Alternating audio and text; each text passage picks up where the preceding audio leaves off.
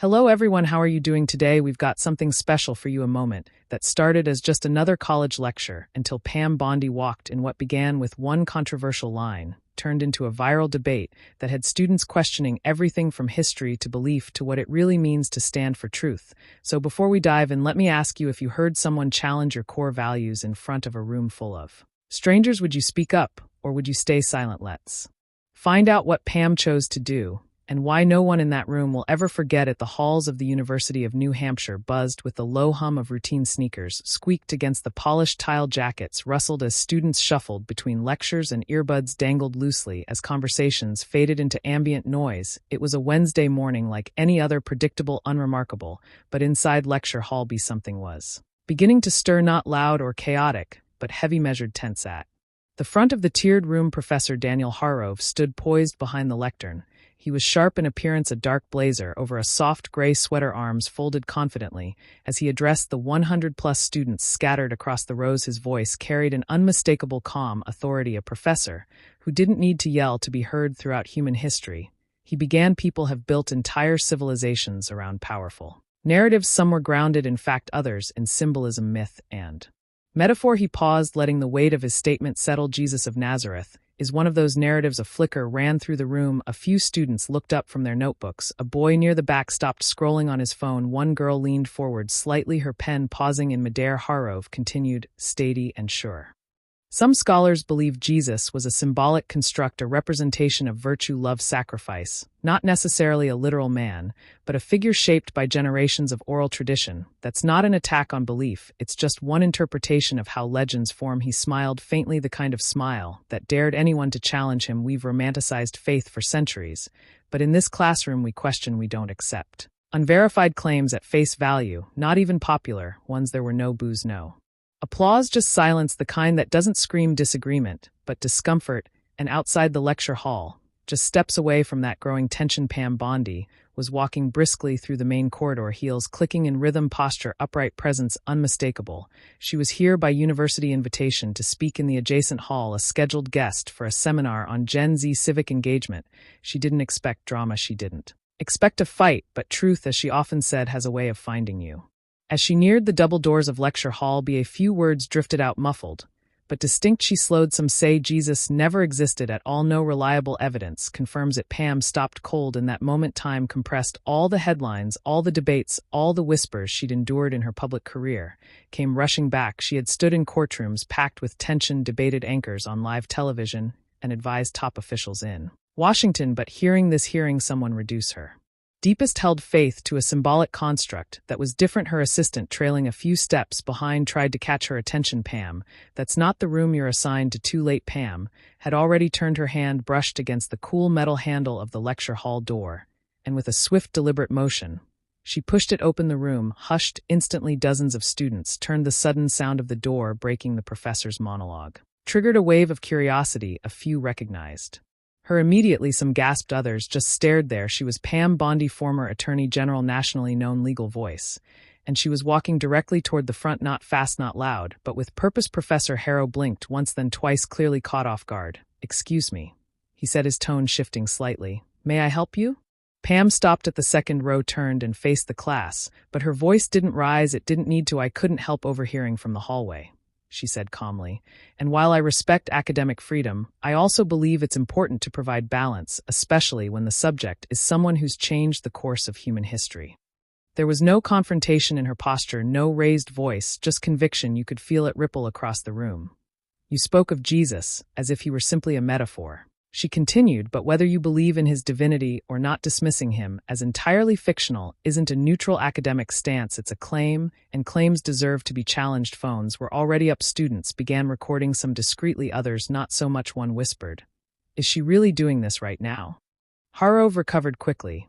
"You're certainly welcome to your beliefs," he said, voice clipped. "But I didn't claim anything definitive. I cited scholarly interpretations." Pam tilted her head slightly, smile subtle but firm, "And I'd like to cite a few of my own if the class is open to hearing more than one interpretation." A few students chuckled under their breath. The professor frowned. "This isn't a forum for debate." A voice from the middle row piped up. "Then maybe it should be more murmurs." A buzz of shifting energy filled the room. Pam clasped her hands in front of her, This isn't about winning, it's not about politics, it's about reminding young minds that certainty shouldn't come too easily, that when you erase a figure like Jesus who inspired hospitals, charities, reform movements, and yes, even entire systems of law, you're not being skeptical, you're being selective. The room stilled again. Even Harrove didn't reply right away. She wasn't preaching, she wasn't grandstanding, she was just standing for something, for someone, and in that moment, it was no longer about Jesus alone. It was about the idea of truth being worth defending, even when you're the only one in the room willing to speak up. The silence that followed wasn't awkward, it was powerful. A student in the front row whispered, "This just went viral." Pam didn't know it yet, but she wasn't just facing a professor. She was facing an entire generation's tension between belief and doubt, and this was only the beginning. Professor Daniel Hargrove wasn't used to being interrupted, especially not in the middle of a lecture. He had carefully built line by line to challenge assumptions and ignite controversy on his terms. And yet there she stood, Pam Bondi, former Florida Attorney General, nationally recognized legal strategist. And at that very moment, an unexpected disruption in the sanctity of his classroom. He blinked once, then again. "Pam Bondi," he repeated, more to himself than to her. "You're not on this course." Roster laughter rippled lightly through the lecture hall. A few students smirked, some glanced at one another as if to ask, "Is this for real?" But Pam didn't smile, she didn't grandstand, she just nodded. "That's right," she said. "I was invited to speak in the hall next door, but when I heard someone describe Jesus as merely symbolic, a legend with no basis in reality, I felt compelled to respond." Harrove crossed his arms, his posture, until now relaxed and authoritative, became rigid. "You're entitled to your beliefs," he said with professional politeness masking irritation. "But this is a university classroom, not a campaign stop." Pam raised an eyebrow, unshaken. "And I'm not here to campaign, I'm here to challenge an idea which, if I'm not mistaken, is the point of higher education." The class murmured again. Phones remained raised. One student whispered to another, "She's seriously doing this." A third student whispered back, "No way Harrove lets this go." Hargrove stepped closer to the lectern, voice sharpening. "This course is grounded in critical inquiry, in the use of evidence to evaluate truth. Claims the suggestion that Jesus may not have existed as a historical person is one discussed in scholarly circles. It's not an insult, it's analysis." Pam nodded again, "And I respect that. But if you're going to present that theory, it's only fair that you acknowledge other scholarly evidence that points in the opposite direction, including non-religious sources."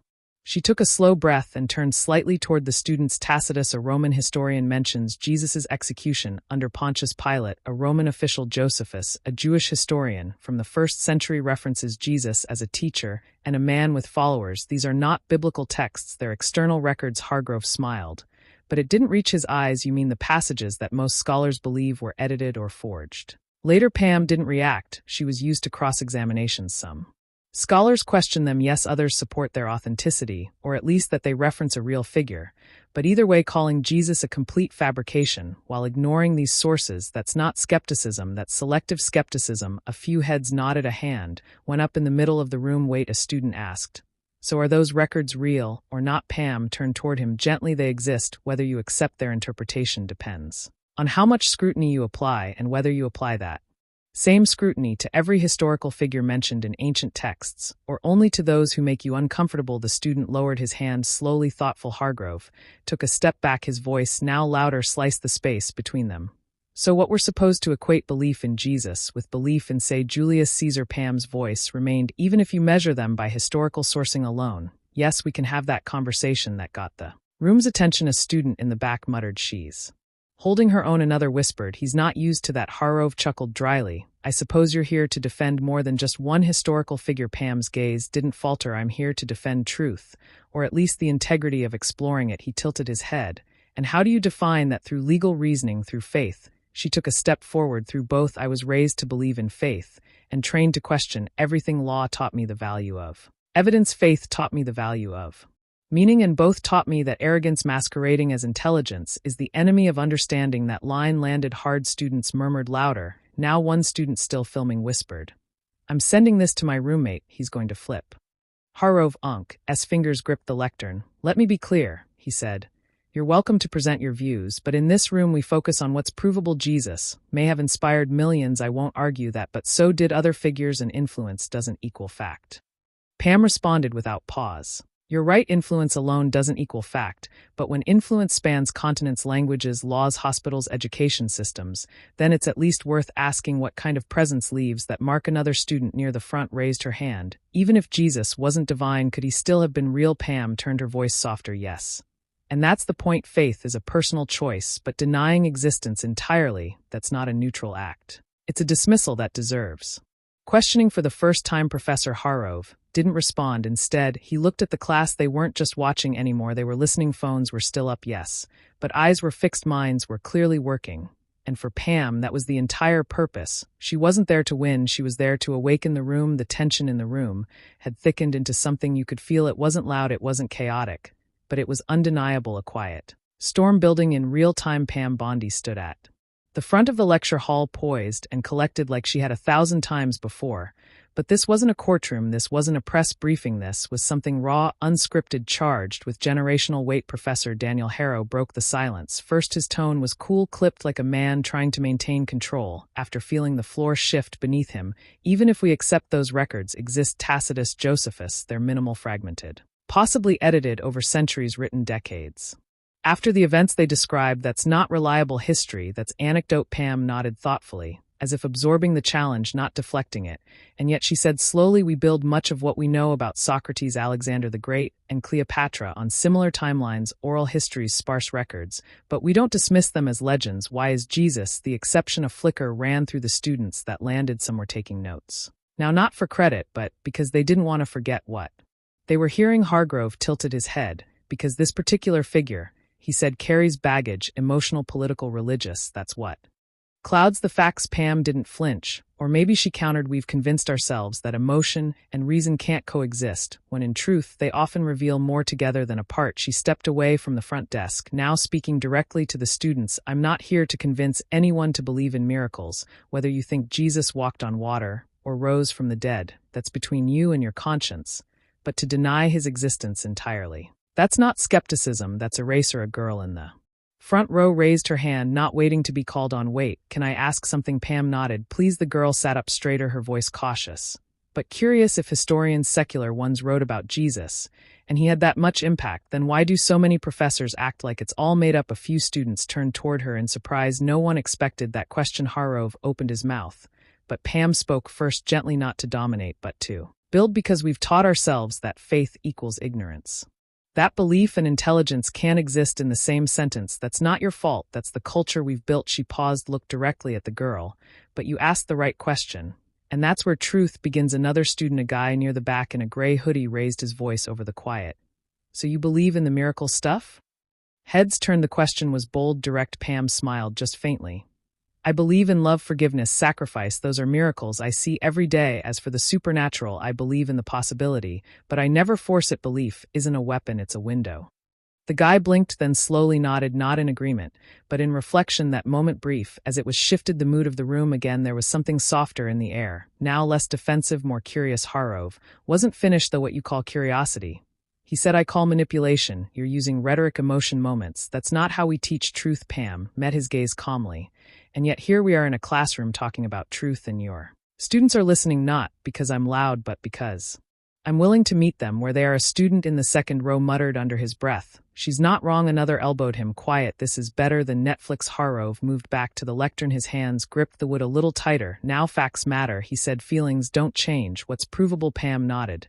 Then let's talk facts. Hospitals, universities, the foundation of Western law, all rooted in teachings that trace back to Jesus. His influence wasn't limited to religion, it shaped society's government, justice. That's not theology, that's history. A few heads began nodding. You don't have to worship him, she continued, but pretending he never existed is like pretending the ocean isn't real, because you've never drowned in it. Gasps, laughter. A few students clapped hesitantly at first, then more freely. Harrove's jaw clenched. You could see it, the crack in his composure. He tried again. You're romanticizing, you're presenting your side like it's neutral, but it's not. You come in here with a belief system, an agenda. Pam held up a hand respectfully. With respect, Professor, I didn't come in with an agenda. I came in because I heard someone reduce a real historical person, someone who shaped my faith and my life, into a metaphor, and I chose not to stay silent. She let that hang in the air, then she added, softer now. Silence may feel polite, but sometimes it's complicity. The room fell silent. Even the students who had stopped filming earlier had their phones back out now. Hargrove stared at her for a long beat, then looked away. A moment passed, then something unexpected happened. A student in the middle row stood up, not to ask a question, but just to speak. "My dad's an atheist," he said. "My mom's Catholic. I grew up stuck between two worldviews. I always thought I had to pick one, science or belief, but maybe I don't." He looked at Pam. "Thank you for saying that." Another student murmured, "Same." Pam gave a small nod. Nothing flashy, nothing performative, just acknowledgement. This wasn't about being right anymore. It wasn't about who won. It was about what happens when a room full of people realizes the world isn't just black and white.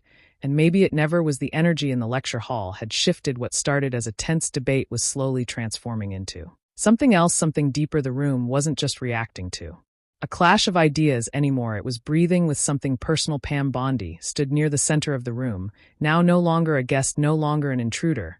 She had become the focal point of attention, not because of her resume, not because of her authority, but because she spoke with a calm strength that demanded nothing and invited everything. "Let's get something clear," she said gently, her voice traveling through the room like a ripple on still water. "I'm not asking anyone here to agree with me. I'm asking you to think for yourself." No one moved. Even Hargrove had stopped pacing. He was watching her now, arms folded, his expression unreadable. Pam continued. "You've been taught to separate things: logic over faith, facts over feelings, data over meaning. But the truth is those aren't opposites, they're pieces of the same puzzle." A few students nodded slowly. One girl in the third row whispered, "That actually makes sense. You can believe in science," Pam said, "and still leave room for wonder. You can trust evidence and still value experience. Faith doesn't erase intelligence, it expands it." From the back of the room, someone called out, a voice edged with doubt, but not hostility. "So are you saying we should just believe everything people tell us about religion?" Pam smiled softly. "Number, I'm saying don't dismiss it just because someone tells you it's inconvenient. Don't tune it out because it's not measurable in a lab. Some of the most meaningful things in life, love, mercy, purpose, can't be grafted or replicated, but you know they're real." She paused, then added, "And if someone shaped how billions live, how we teach, how we legislate, how we heal, then maybe he deserves more than a casual dismissal." The words landed like a quiet bell in the room, not harsh, but resonant. A boy in a denim jacket raised his hand, then lowered it again, unsure. Pam caught the motion and gently encouraged him. "You had something to say?" He cleared his throat. "Yeah, I've never really thought about Jesus outside of like religion. My parents aren't believers, but you're saying he changed the world structurally, like laws and stuff." Pam nodded. "Yes, our concept of human rights, of dignity, of equality, many of those evolved out of his teachings. Even our idea that every life has value, that didn't come from emperors or warlords, it came from a carpenter who taught forgiveness over vengeance." The room stilled again, not out of shock, but because the pieces were clicking. Hargrove shifted slightly, arms still crossed. "Historical influence isn't the same as historical accuracy," he said. Pam acknowledged him with a small nod. "That's true, but we don't question Caesar's influence just because we don't have a birth certificate. Why is Jesus held to a standard no one else's?" The question lingered in the air. A hand rose near the sidewall. A quiet-looking girl with thick glasses and a spiral notebook balanced on her lap. "I've always been afraid to bring up my faith," she said softly, "even in philosophy class, because I didn't want to get laughed at or called naive." Pam's expression softened. "You're not naive, you're brave, and don't let anyone take that from you." The girl smiled, not wide, not showy, but like someone who'd just been seen. Another student in a black hoodie leaned forward, his voice skeptical, but respectful. "But isn't this all just emotional? I mean, we're here for facts, right?" Pam met his eyes. "It's okay to feel something. Feeling isn't the enemy of reason. It's part of being human. You're allowed to think and feel at the same time. And when truth touches both your mind and your heart, that's when it sticks." Someone clapped, then another. It started slow, hesitant, unsure, until a wave of hands followed. It wasn't a standing ovation. It didn't need to be. It was honest. Professor Hargrove raised his hand. "Let's stay focused," he said, though his voice lacked its earlier sharpness. "We can respect personal stories, but this is still a university. We teach critical thinking here." Pam turned to him, not combatively, but with clarity. "And critical thinking should include more than one voice. If we silence half the room before the conversation starts, are we really teaching, or are we just reinforcing bias?" A small silence followed, and then a male student stood. "She's right," he said. "I've never seen our class this engaged. Maybe we need more voices like hers, not fewer." Pam stepped back, giving space for that statement to stand on its own. Another student in the back shouted, "She should teach here." Laughter erupted, light, real, and unforced. Even Hargrove cracked a reluctant smile. Pam raised her hand, slightly feigning protest. "Thanks," she said with a laugh, "but I already have a full-time job and way too many meetings." That broke the tension. The room breathed, students smiled, walls fell, then Pam's tone shifted again, back to steady, back to real. Look, I didn't come here to change anyone's beliefs. I came because I heard someone reduced something that mattered to me, and I knew I couldn't stay silent. She turned back to the students. But more importantly, I want you to know you're allowed to ask hard questions, you're allowed to push back, whether you believe or not. Don't let the world dull your curiosity, because that's how you'll find what's real. One final pause, then softly, you don't have to agree with me, just don't stop thinking. The lecture hall had never been this quiet. After class, the bell hadn't rung, there was no formal dismissal. But somehow every student in the room understood something had just ended, not the semester, not the syllabus, something more intimate, more personal. Professor Hargrove stood behind the lectern, hands resting flat, fingers spread as if grounding himself. For a moment, he didn't look at the students, he just stared at the wood grain beneath his hands, the same desk he'd stood behind for years as shield his stage. But today it felt different. Smaller across from him stood Pam Bondi, composed, still, and yet not triumphant. She didn't smirk, she didn't gloat, she just waited with the kind of stillness that speaks louder than words. The silence stretched long enough for someone to cough, then shift in their seat. A zipper was pulled, a bag closed gently. Finally, Hargrove looked up. "That's all for today," he said, voice low, almost uncertain. The room held its breath for a moment longer, as if expecting something else, a rebuttal, a lecture, a last word, but it never came. Students began rising, slow and cautious, as if moving too quickly might break the fragile stillness. They were walking through conversations, started, whispered, and reverent. Some walked past Pam, giving nods of acknowledgement. One girl mouthed, "Thank you." Pam smiled quietly, offering a nod in return. Then one by one they filed out, not rushing for the door like after a typical class, but drifting like people who knew they just witnessed something different. A moment, a shift. Pam gathered her things slowly, still surrounded by a small group of students. "How do you stay calm like that?" one asked, still wide-eyed. Pam laughed softly. "I'm not always calm," she admitted. "I just remember that volume doesn't win arguments. Clarity does." Another student leaned in. "Do you think he'll change his mind?" Pam glanced back toward the front of the room, where Hargrove remained still, standing, still quiet, still unreadable. "I don't know," she said, "but maybe he'll start asking better questions. That's where every change begins." And with that, she stepped toward the door, walking out into the corridor. As students continued whispering around her, some had already pulled out their phones. One video clip had a caption, "Pam Bondi just took over our class." And honestly, she made us think. The video had over 200 shares before she reached the main stairs. But Pam wasn't thinking about trending hashtags.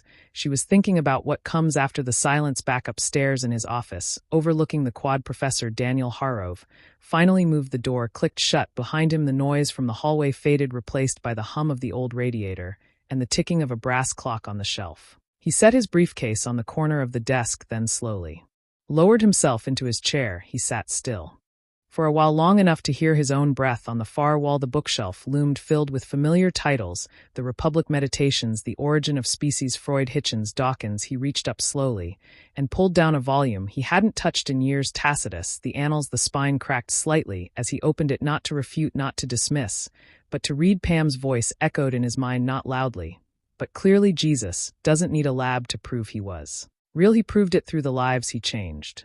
He traced the page with his finger. The Latin was hard to follow now, but the translation was underlined. He remembered underlining it years ago as a student, back when he wasn't so certain of everything, back when he used to ask. He scribbled a note on a legal pad: Tacitus, Josephus, cultural influence, value beyond doctrine, then sat back, exhaled. Was this doubt? Maybe, but it felt more like permission to be curious again. Outside, Pam sat beneath a tree near the quad, the early afternoon sun casting patterned shadows across the grass. She scrolled her phone slowly. "You're trending." A message read. She smiled faintly. Another buzz, a text from home. "Husband, little man's down for his nap. You okay, Pam?" "I'm good. Tell him Mom told a story today, one that matters." She looked up. Students were still walking past, some glancing her way, some pretending not to, but most smiling, not at a celebrity, not at a politician, but at a person who stood up and stayed kind. Later that evening, the debate video would hit 1.2 million views. Comments flooded, and "I'm not religious, but she made me want to think again. This is what dialogue looks like. More courage in 5 minutes than I've seen in some careers." Pam read a few, then put the phone away, because this wasn't about algorithms or applause. It was about reminding a room that it's okay to speak up, and even more okay to listen. Back in his office, Hargrove opened a second book, one he used to mock: The Influence of Christianity on Western Civilization. He stared at the first line: "Whether divine or human, the figure of Jesus has left an imprint no empire ever did." He closed the book, not out of dismissal, but to sit with that sentence. Pam had left the building, but her words hadn't, And for the first time in years, Harov wasn't preparing a lecture, he was preparing to relearn. And sometimes the most powerful moments aren't the ones planned, they're the ones where someone dares to speak. When silence feels safer, Pam Bondi didn't walk into that classroom to go viral. She walked in to defend something that mattered, and whether you agree with her or not, she made people think. So now we want to hear from you. What would you have done in that room? Do you think faith and reason can coexist in today's world? Have you ever had to stand up for something alone? Let us know in the comments below. And if you found this as powerful as we did, don't forget to like, share, and subscribe, because there are more inspiring moments ahead. Thanks for watching, and we'll see you in the next one. Hey.